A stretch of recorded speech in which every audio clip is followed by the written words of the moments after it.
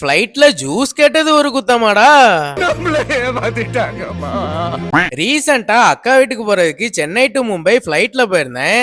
ஏர்போர்ட்டுக்கு சீக்கிரமே போனதுனால போர்டிங் பாஸ் எடுத்துட்டு நேரா சாப்பிட போயிட்டேன். வழக்கம் போல KFCக்கு தான் போனேன். பர்கர் 2 பீஸ் ஃப்ரைடு சிக்கன் அப்புறம் பெப்சி ஆர்டர் பண்ணிருந்தேன். ஆர்டர் பண்ண உடனே ஃபுட்டை கொடுத்துட்டாங்க. ஃபுட்டு ஓவராலா ஆவரேஜா தான் இருந்துச்சு. ஏர்போர்ட்ல சாப்பிட்டுக்கலாம்னு வந்தீங்கன்னா பெட்டரா வெளியே சாப்பிட்டு வந்துருங்க. சாப்பிட்டு முடிச்சுட்டு கேட் நம்பரை பார்த்துட்டு கேட்டுக்கு போனா இருக்கிற கூட்டம் பூரா அங்கதான் இருக்கு.